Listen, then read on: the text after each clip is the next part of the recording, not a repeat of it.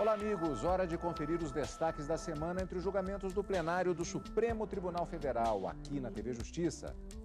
É o Plenárias que está começando.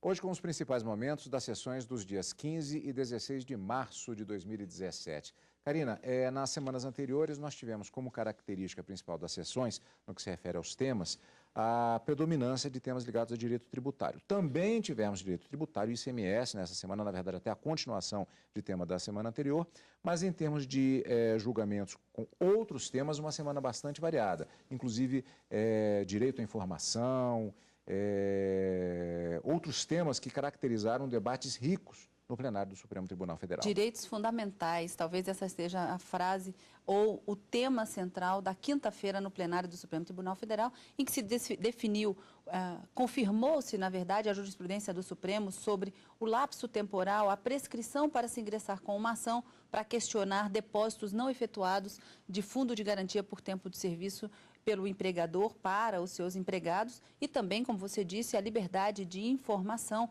que vinha sendo negado de forma reiterada pelo Superior Tribunal Militar, não obstante já houvesse uma decisão do Supremo determinando que as sessões de julgamentos realizados na década de 70, durante a época da ditadura, aqueles julgamentos cuja parte era tida como secreta, fossem liberadas em razão desse princípio, dessa liberdade de informação prevista na Constituição de 88. E foi exatamente essa decisão que acabou sendo confirmada numa reclamação julgada na quinta-feira.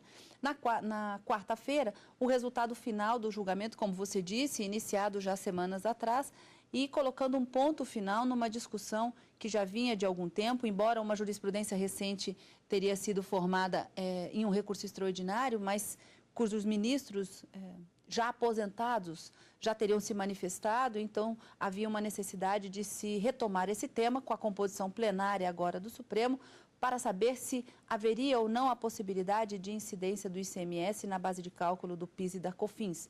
E o que ficou definido pelo plenário nessa composição atual é que não pode haver essa incidência do ICMS, porque ele não faz parte do faturamento da empresa e é apenas um meio, né, dessas empresas passarem esse imposto para o Estado efetivamente. Então, como ele não comporta, ele não está incluído dentro do faturamento, ele não poderia servir como base de cálculo para esse PIS e a COFINS. Ponto final nesse recurso extraordinário, julgado na quarta-feira, como você sempre diz, uma sessão monotemática, e na quinta-feira, 3 grandes temas julgados. O caso do Superior Tribunal Militar, negando o direito de informação a esses julgamentos que consideravam secretos e, à luz da liberdade de informação, devem ser abertos e devem ser disponibilizados para o reclamante, e essa decisão foi confirmada no plenário. A prescrição quinquenal, conforme determina o artigo 7º da Constituição, ou seja, a prescrição de 5 anos para que o trabalhador ingresse com a ação para questionar depósitos não efetivados do fundo de garantia pelo empregador, e também um outro assunto cuja jurisprudência foi confirmada na quinta-feira, que é o chamado contrabando legislativo.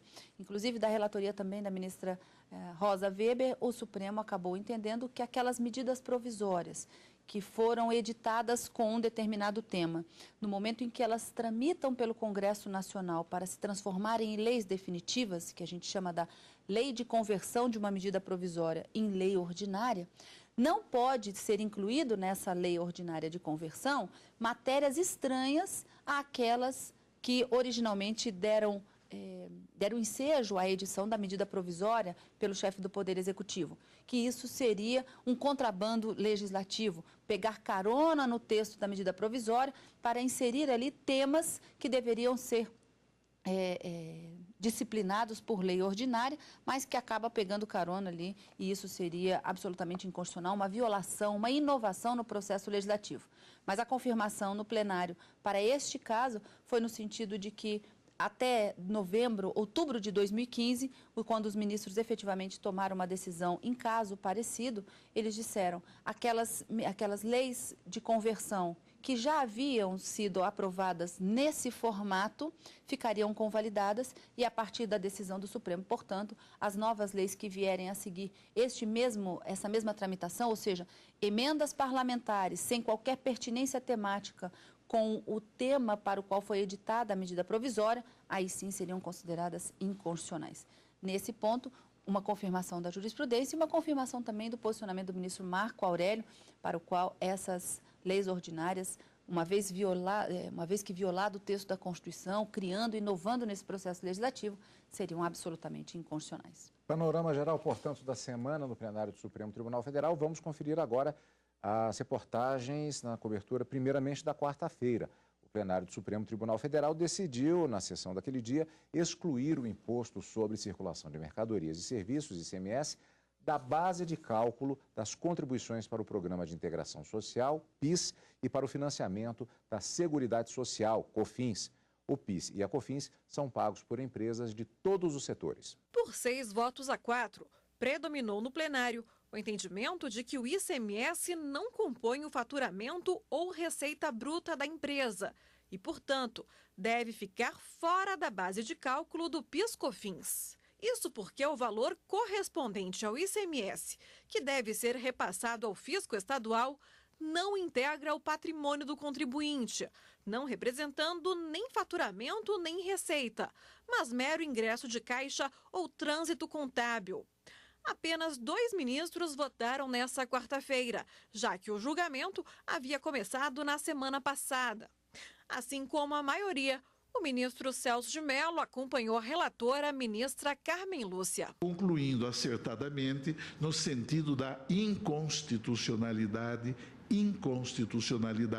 da inclusão dos valores pertinentes ao ICMS na base de cálculo da COFINS e da contribuição ao PIS, em razão de os valores recolhidos a título de ICMS não se subsumirem à noção conceitual de receita ou de faturamento da empresa. E aqui eu reproduzo fragmentos valiosos desse douto pronunciamento do professor Humberto Ávila. Em suma, senhora presidente, registro que essa orientação que censura de modo acertado por inconstitucional a inclusão do ICMS na base de cálculo da COFINS e da contribuição ao PIS, apoia-se, em síntese, nas seguintes conclusões. O ICMS não pode integrar a base de cálculo da COFINS e também da contribuição pertinente ao Programa de Integração Social, PIS. Primeiro, porque o alcance do conceito constitucional de faturamento e receita não permite essa dilação da noção conceitual, não é? Na base de cálculo da exação tributária. E isso representa uma clara ofensa aos postulados da isonomia tributária e da capacidade contributiva. Assim, senhora presidente, com essas considerações, mas sobretudo com o apoio no magnífico voto que Vossa Excelência proferiu como relatora desse processo, eu peço respeitosa vênia aos que pensam em sentido diverso para conhecer e dar provimento ao presente recurso extraordinário interposto pela empresa contribuinte, acolhendo ainda, senhora presidente, a tese formulada por Vossa Excelência no sentido de que, aspas, o ICMS não compõe a base de cálculo para fins de incidência do PIS e da COFINS. Nesse sentido, senhora presidente, é o meu voto. O ministro Gilmar Mendes seguiu a divergência, aberta na semana passada pelo ministro Edson Fachin. Somarei meu voto aos que negam provimento ao recurso na linha do que já assentei quando do julgamento do RE 240.785. Com efeito, não vejo razão para alterar minha posição quanto ao tema em deslinde. Com todas as vênias, não vejo como extrair da própria norma constitucional que a inclusão do ICMS da base de cálculo do PIS e da COFINS viole a noção de faturamento.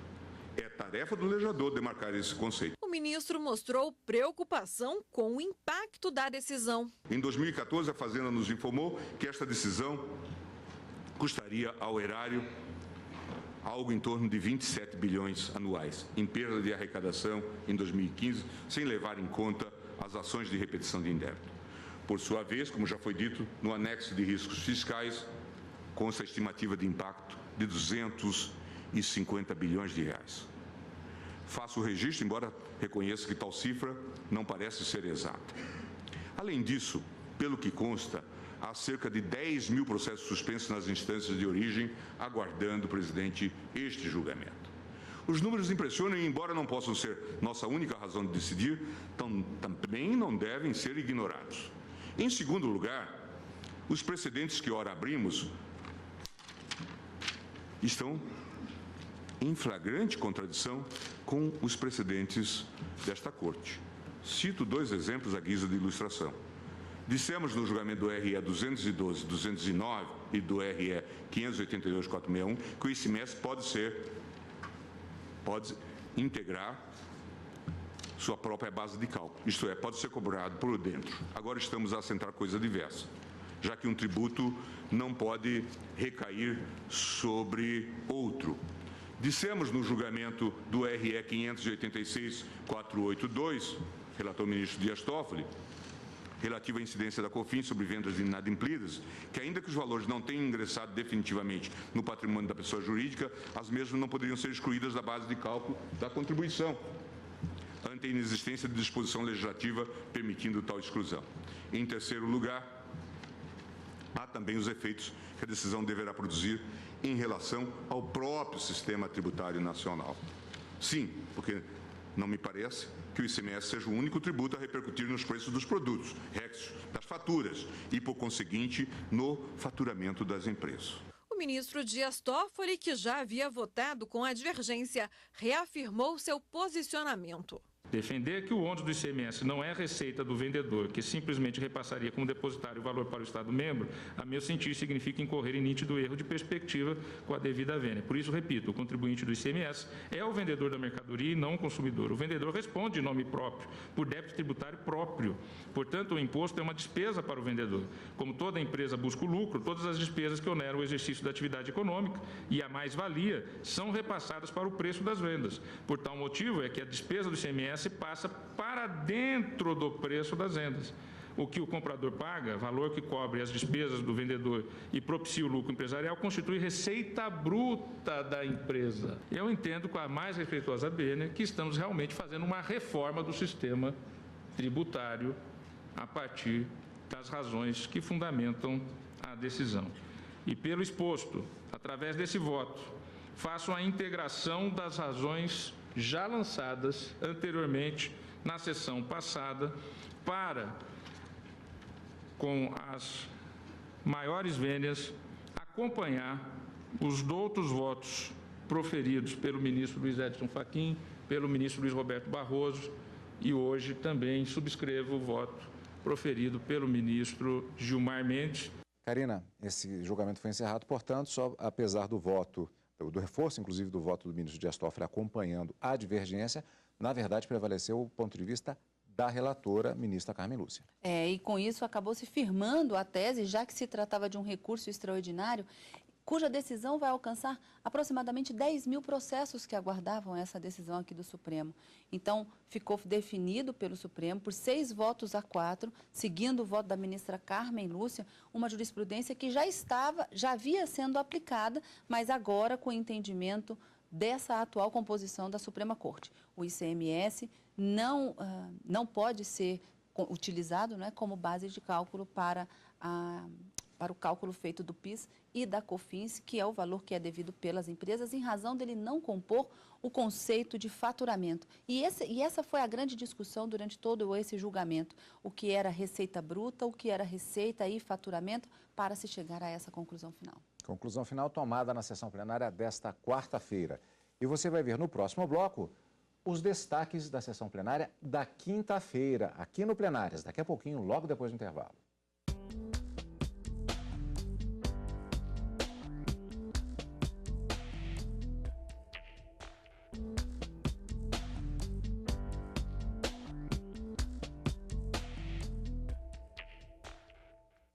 Estamos de volta, desta vez com os destaques da sessão plenária do Supremo Tribunal Federal desta quinta-feira. O plenário do STF determinou que a Justiça Militar libere os arquivos secretos da ditadura que ainda estavam sob sigilo, mesmo após a segunda turma do próprio Supremo Tribunal Federal já ter decidido há mais de 10 anos pela divulgação do material. A decisão foi unânime. Por determinação do plenário do Supremo Tribunal Federal, o Superior Tribunal Militar vai ter de tornar público os áudios de julgamentos de presos políticos que ocorreram na década de 70. Em 2006, a segunda turma do STF já havia determinado o acesso às fitas com a gravação das sessões secretas de julgamentos realizadas pelo STM durante a ditadura. Mas 11 anos depois, o Tribunal Militar ainda mantém parte das informações sob sigilo. Para a relatora do caso, ministra Carmen Lúcia, os brasileiros têm o direito de conhecer a verdade dos fatos. Todo povo tem direito de conhecer toda a verdade de sua história. Todo cidadão tem o direito de saber que o Estado, por ele formado, faz, como faz, por que faz e para que faz. Todo povo tem o direito de saber, mesmo nos seus piores momentos, para lembrar para não esquecer e não esquecer para não repetir erros que custaram vidas e que marcam os que foram sacrificados por pais torturados, irmãos desaparecidos, dentre outras atrocidades. Todos os ministros acompanharam o voto da relatora. A publicidade dos atos processuais prevista no artigo 5º, inciso 60 da Constituição, garante o acesso dos interessados às gravações de sessões de julgamento do Superior Tribunal Militar, realizados na época da ditadura, independentemente de sua classificação pretérita. O acesso à informação resguardado apenas o sigilo da fonte, quando necessário, ao exercício profissional. Portanto, não há nenhum tipo de embaraço ao acesso à informação. Outro que me parece muito importante, aplicável diretamente ao caso sob análise, é o dispositivo também do artigo 5º, que consta do inciso 33, e vale a pena também ser lido em voz alta por razões pedagógicas, estabelece o seguinte: todos têm direito a receber dos órgãos públicos informações de seu interesse particular ou de interesse coletivo ou geral, que serão prestados no prazo da lei sob pena de responsabilidade, ressalvadas aquelas cujo sigilo seja imprescindível à segurança da sociedade e do Estado, que não é o caso, não há nenhum perigo para a segurança da sociedade e do Estado. Assiste a toda a sociedade o direito de ver esclarecidos os fatos ocorridos em período tão obscuro de nossa história. Direito este que, para ser exercido em plenitude, não pode sofrer obstáculos que, na verdade, inviabilizem o acesso ao conhecimento da verdade e à recuperação da memória histórica. Ainda durante a sessão, por maioria, os ministros mantiveram a validade de uma lei de 2010, criada por meio do chamado contrabando legislativo. A relatora ministra Rosa Weber lembrou que há 2 anos o Supremo proibiu que durante a conversão de medidas provisórias em leis definitivas fossem incluídos temas diferentes aos da proposta original, mas fixou que as leis editadas antes de 2015 seriam consideradas legítimas. Nada do vício da inconstitucionalidade formal. Emenda em projeto de conversão de medida provisória, em lei com conteúdo divorciado do objeto originário, decidiu-se a invocação do postulado da segurança jurídica, aspas, preservar até a data deste, entenda-se daquele julgamento, as leis fruto de emendas em projetos de conversão de medida provisória em lei, inclusive esta, do que redundou, como eu disse, o juízo de improcedência do pedido. Também eu peço vênia ao ministro Marco Aurélio para acompanhar a ministra relatora, no sentido de julgar improcedente, em razão da decisão anterior do Supremo, que prevaleceu no sentido por ela indicado, e com isso para se garantir a segurança jurídica, e também acolhendo as observações no sentido da inconstitucionalidade. Entretanto,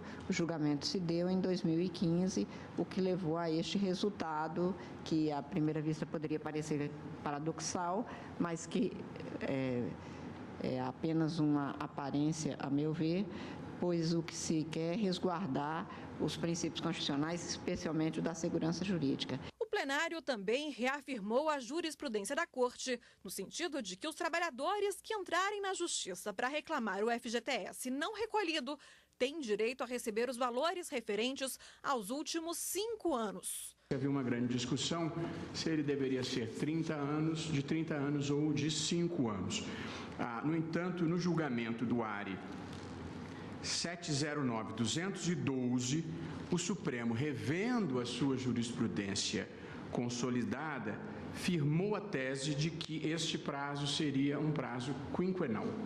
Portanto, a jurisprudência pacificada do tribunal, na ocasião, os efeitos da decisão foram modulados, de modo que somente a partir daquele julgamento, que foi 13 de novembro de 2014, se passaria a aplicar o novo prazo quinquenal. A presente ação foi proposta anteriormente ao julgado desta Suprema Corte, portanto, antes da modulação. Consequentemente, a ele se aplica ainda o prazo prescricional de 30 anos. E portanto, presidente, neste sentido que eu estou encaminhando a votação. Karina, vamos voltar aqui na questão do STM. Por que aquela corte se negava a liberar os arquivos do regime militar?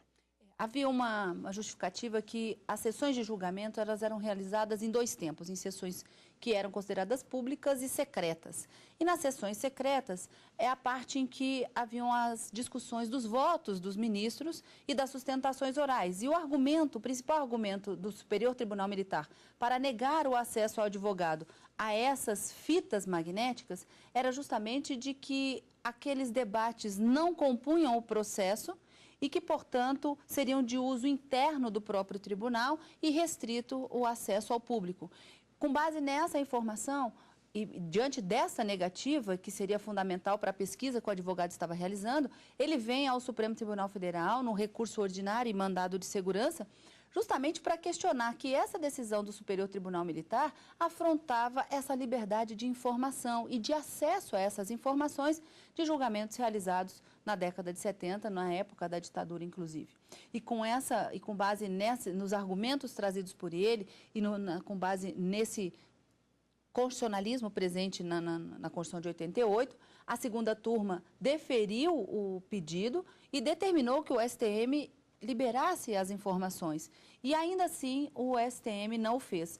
Ingressa novamente o autor, o advogado, aqui no Supremo com uma ação chamada reclamação, que é justamente a ação colocada à disposição de todas as pessoas para reclamar a autoridade de uma decisão judicial que não está sendo cumprida. E aqui no Supremo, a decisão da segunda turma não estaria sendo acatada pelo Superior Tribunal Militar. E nesta quinta-feira, os ministros, mais uma vez, confirmam o seu entendimento no sentido de que o direito de informação é um dos direitos fundamentais mais caros ao ser humano para garantir a sua dignidade, que deve ser atendido dentro dos princípios democráticos. A ministra Carmen Lúcia dá efetivamente uma aula sobre essa liberdade desses direitos fundamentais e acaba deferindo a reclamação por entender que havia, sim, um descumprimento dessa ordem que já havia sido dado pela segunda turma, pelo Superior Tribunal Militar, determinando, portanto, a disponibilização dessas fitas magnéticas nessa parte em que o Superior Tribunal Militar acreditava ser ou justificava ser secreta ou, pelo menos, não disponível para o público. E, com isso, acabou-se com essa discussão acerca do direito de informação e dessas sessões públicas e secretas que haviam no STM. Sessão plenária da quinta-feira, portanto, encerrando os destaques da semana no plenário do Supremo Tribunal Federal. Karina, além de termos encontro marcado já na próxima semana, como sempre, com os telespectadores, uma característica especial em relação à sessão plenária da próxima quarta-feira. Sessão solene de posse do novo integrante da Suprema Corte, ministro Alexandre de Moraes, já marcada para a próxima quarta-feira, na quinta com sessão jurisdicional normalmente e encontro marcado também no final de semana com plenárias. Obrigado pela sua companhia, como sempre, e continue conosco na TV Justiça.